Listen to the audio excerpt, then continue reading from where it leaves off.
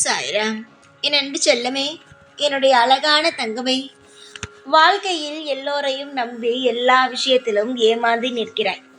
ஆனாலும் இன்று வரைக்கும் அதை நீ மாற்றிக்கொள்வதாகவே இல்லை. ஒவ்வொரு கட்டத்திலும் ஒவ்வொரு வருடமும் நீ அசிங்கப்படுகிறாய். அதுவே 2 நாள் கழித்து அதே நபர் வந்து உன்னிடம் வேறு விஷயத்தை பற்றி பேசும் பொழுது அதை மறந்துவிட்டு நீ பாட்டுக்கே பேச ஆரம்பிக்கிறாய். அவன் உன்னை ஏமாற்றி இருக்கிறானோ, இல்லை உன்னை கஷ்டப்படுத்தி இருக்கிறானோ, உன்னை அவமானப்படுத்தி இருக்கிறானோ, அதெல்லாம் உனக்கு பேச்சே கிடையாது. உனக்கு என்ன தெரியுமா? எல்லாவற்றையும் தெய்வம் பார்த்து கொள்ளும் என்பது மட்டும்தான். தெய்வம் பார்த்து கொள்ளும் தான். தெய்வம் உனக்கு இவர்கள் இப்படித்தான் என்று உனக்கு காட்டுகிறது.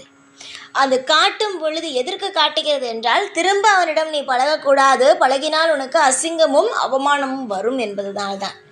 ஆனால் அதையெல்லாம் நினைக்காமல் நீங்கள் இங்கு செய்யும் தவறுகள் என்னவென்றால், என்னை அசிங்கப்படுத்துகிறானா அவன் அனுபவிப்பான் என்று. அனுபவிப்பது அடுத்த பட்சம்.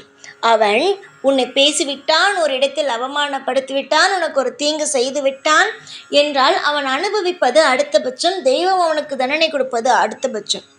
அவனுடைய வாழ்க்கையில் ஒரு முறை உன்னை அசிங்கப்படுத்தி விட்டானால் அவனிடம் இருந்து ஒதுங்குவதுதான் முதலில் உனக்கு நல்லது. புரிகிறதா? முதலில் நல்லது என்னவென்றால், அவனிடம் இருந்து ஒரு முறை உன்னை ஒரு பொது இடத்தில் அசிங்கப்படுத்தி விட்டான் என்றால் அவனிடமிருந்து ஒரேதரியாக நீ நகருவதுதான் நல்லது. ஒருவனுக்கு அடிபட்டு விட்டது, அவனுக்கு உடனடியாக என்ன செய்வார்கள் வீட்டில் இருப்பவர்கள்? அந்த அடிபட்ட இடத்தை துடைத்துவிட்டு அதை நல்லா கட்டு போட்டு அதை மருத்துவமனைக்கு அழைத்து செல்வார்கள். முதல் உதவியாக ஒரு விஷயத்தை செய்வார்கள். அதற்கு பிறகுதான் மருத்துவமனைக்கு போவார்கள். ஒரு அடிப்பட்ட அடுத்த நிமிஷமே சிறிய அடிப்பட்ட அடுத்த நிமிஷமே மருத்துவமனைக்கு அழைத்து செல்லாமல் முதலில் எல்லா விஷயத்தையும் செய்துதான் மருத்துவமனைக்கு போவார்கள். அதே மாதிரி தான் ஒருவன் உன்னை காயப்படுத்தி விட்டான் என்றால் முதலில் அவனிடமிருந்து ஒதுங்க வேண்டும். அதற்கு பிறகு தெய்வம் என்ன செய்ய போகிறது என்பது வேடிக்கை தான் நீ பார்க்க வேண்டும். தெய்வம் என்னை பேசிவிட்டானா, அவன் அனுபவித்துக் கொள்வான், அவனை தெய்வம் பார்த்து கொள்ளும் என்று 2வது நாளே 3வது நாளே திரும்பவும் அவனிடமே போய் பேசுவது. கேட்டால் நான் தெய்வத்திடம் ஒப்படைத்து விட்டேன், இது வெறும் சாதாரண பேச்சுதான் என்று.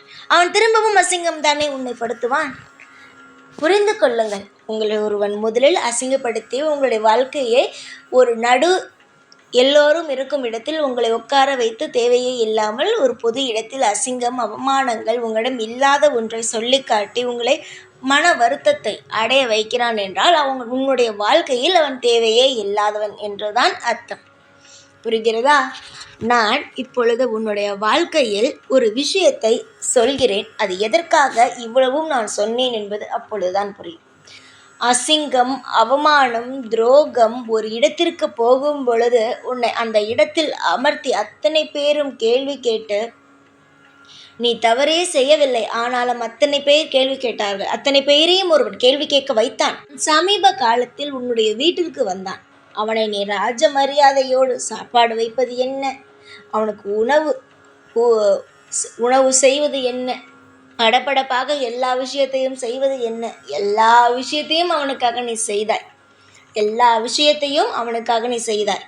பேசவில்லையே, அவன் ஏன் வீட்டிற்கு வருகிறான் என்றெல்லாம் நீ நினைக்கவே இல்லை. வந்தார்கள், நன்றாக சாப்பிட வேண்டும், நன்றாக போக வேண்டும் என்று நினைத்தாய். ஆனால் நீ எல்லாமே உன்னுடைய பக்கம் சரியாக செய்தாய். ஆனால் அவனுடைய பக்கமும் அவன் சரியான விஷயத்தை செய்துவிட்டு போய்விட்டான். சமீப காலத்தில் ஒரு உறவு உன் வீட்டை தேடி வந்தது. அந்த உறவு ஏற்கனவே உன்னை பல இடத்தில் அவமானப்படுத்தியிருக்கிறது. அந்த உறவு உன்னுடைய வீட்டுக்கு தேடி வந்துவிட்டது என்பதற்காக அதற்கு நல்ல மரியாதை கொடுத்து நீ எல்லா விஷயத்தையும் செய்து அனுப்பினாய். ஆனால் அந்த நபர் கொடுத்த ஒரு விஷயத்தில் மிகப்பெரிய ஒரு சூட்சமம் இருக்கிறது.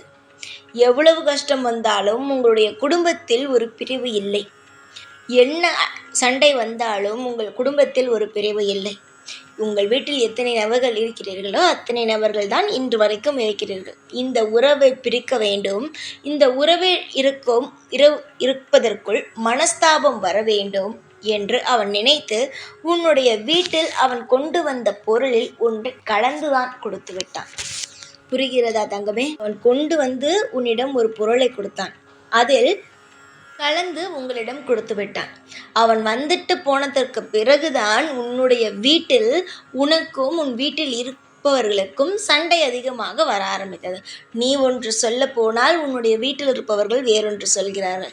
உன்னுடைய துணைக்கும் உனக்கும் மிகப்பெரிய ஒரு விரிசல் வந்தது. இதற்கு காரணமே என்னவென்றால், அவன் நல்ல எண்ணத்தில் வராமல் அவன் கொண்டு வந்த பொருட்களில் தேவையே இல்லாத தீய விஷயத்தை கலந்து கொண்டு வந்ததுதான். இதை நீ இத்தனை நாள் கழித்து வந்திருக்கிறாரே என்று அவர் கொண்டு வந்த பலகாரத்தை சாப்பிட்டு விட்டான். அதிலிருந்தே உன்னுடைய குடும்பத்தில் ஏகப்பட்ட பிரச்சனைகள். இந்த நிமிஷம் வரைக்கும் காரணம் தெரியாமலேயே இருந்தாய். ஏன் திடீரென்று பிரச்சனை வந்தது? எதற்கு திடீரென்று எல்லா விஷயமும் நடந்தது? ஏன் நம் வாழ்வில் நமக்கும் நம் துணைக்கும் இவ்வளவு சண்டைகள் வருகிறது? சம்பந்தமே இல்லாமல் நம்மளை ஏன் புரிந்து கொள்வது கிடையாது நம் துணை என்று பல நேரத்தில் பல விஷயத்தை யோசித்து இருக்கிறாய். அதனால் தான் உனக்கு சொல்லவே வந்தேன். எல்லோரையும் நம்புகிறாயே, எல்லாரும் என்னென்ன விஷயங்கள் செய்கிறார்கள் என்று தெரியாமலேயே நீ பாட்டிக்க இருக்கிறாயே என்று நான் அதற்குத்தான் ஆரம்பத்திலேயே உன்னிடம் வாக்கு ஆரம்பிக்கும் பொழுதே சொன்னேன். ஒருவன் ஒரு முறை பேசிவிட்டான் என்றால் அவனை தெய்வத்திடம் ஒப்படைப்பதை விட நீங்கள் ஒதுங்குங்கள், அப்புறம் தெய்வம் அவனை பார்த்து கொள்ளும். நான் தெய்வத்திடம் ஒப்படைத்து விட்டேன் என்று திரும்பவும் பேசினால் அவனால் தீங்குதான் ஏற்படும். அதுதான் இங்கு நடந்திருக்கிறது. பேசாமல் அவனை விட்டு நிப்பாட்டி விட்டாய். திரும்பவும் எதற்காக அவனிடம் போய் பேசினாய்? அவன் கொண்டு வந்த பலகாரத்தை எதற்கு நீ சாப்பிட்டாய்? தப்புதானே அதெல்லாம். ஆனால் பயப்பட வேண்டாம். உன்னுடைய குடும்பத்தில் இருப்பவர்களுக்கு தேவையே இல்லாத தீங்கு செய்ய வேண்டும், பிரிக்க வேண்டும் என்று பிரித்து விட்டான். ஒன்றுமே இல்லை, கவலையே படாதீர்கள். இதையும் நிச்சயமாக உங்களுடைய வாழ்க்கையிலிருந்து மாற்றலாம். தெரியாமல் உன்ற உணவால் பிரச்சனை வந்து விட்டது. அவன் கலந்து வந்து கொடுத்த உறவால் உங்களுடைய வாழ்க்கையில் பிரச்சனைகள் வந்து விட்டது. இப்பொழுது நீ செய்ய வேண்டியது ஒரு விஷயம்தான். ஒரு எலுமிச்சம்பழத்தை எடுத்துக்கொள். அதை என்னுடைய கோவிலுக்கு எடுத்து வா. எடுத்து வந்து என்னுடைய பாதத்தில் வை. உன் வீட்டில் இதை செய்யக்கூடாது, கோவிலில்தான் செய்ய வேண்டும். உன்னுடைய வீட்டிலிருந்து ஒரு எலுமிச்சம்பழத்தை எடுத்து வா. எடுத்து வந்து என்னுடைய கோவிலில் கொடுத்து என்னுடைய பாதத்தில் வைத்து அதை ஒரு 5 நிமிஷம் நீ உன் மனதில் இருப்பதை வேண்டிக் கொண்டு அதை எடுத்து வீட்டுக்கு அதை வாங்கிட்டு வந்து அதை வீட்டில் உன்னுடைய நேரடியாக உன் பூஜை அறையில் வை.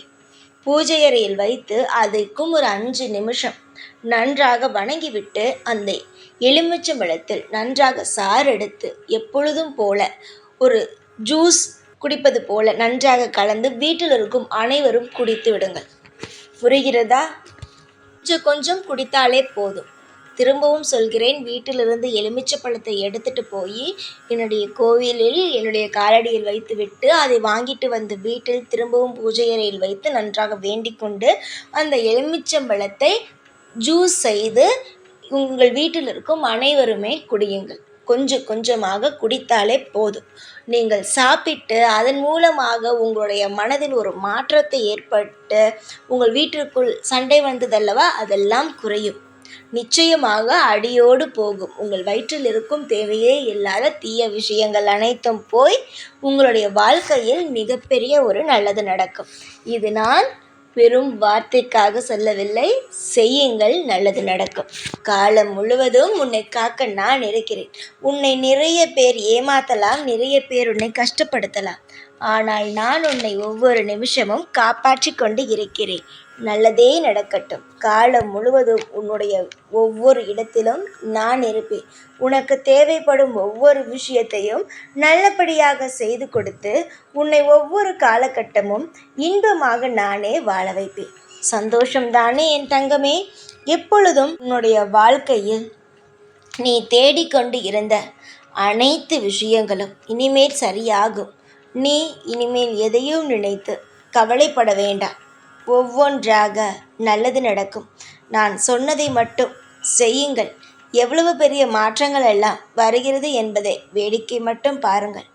எப்பொழுதும் உன் கூடவே தான் இருப்பேன். இந்த சாய்நாத்.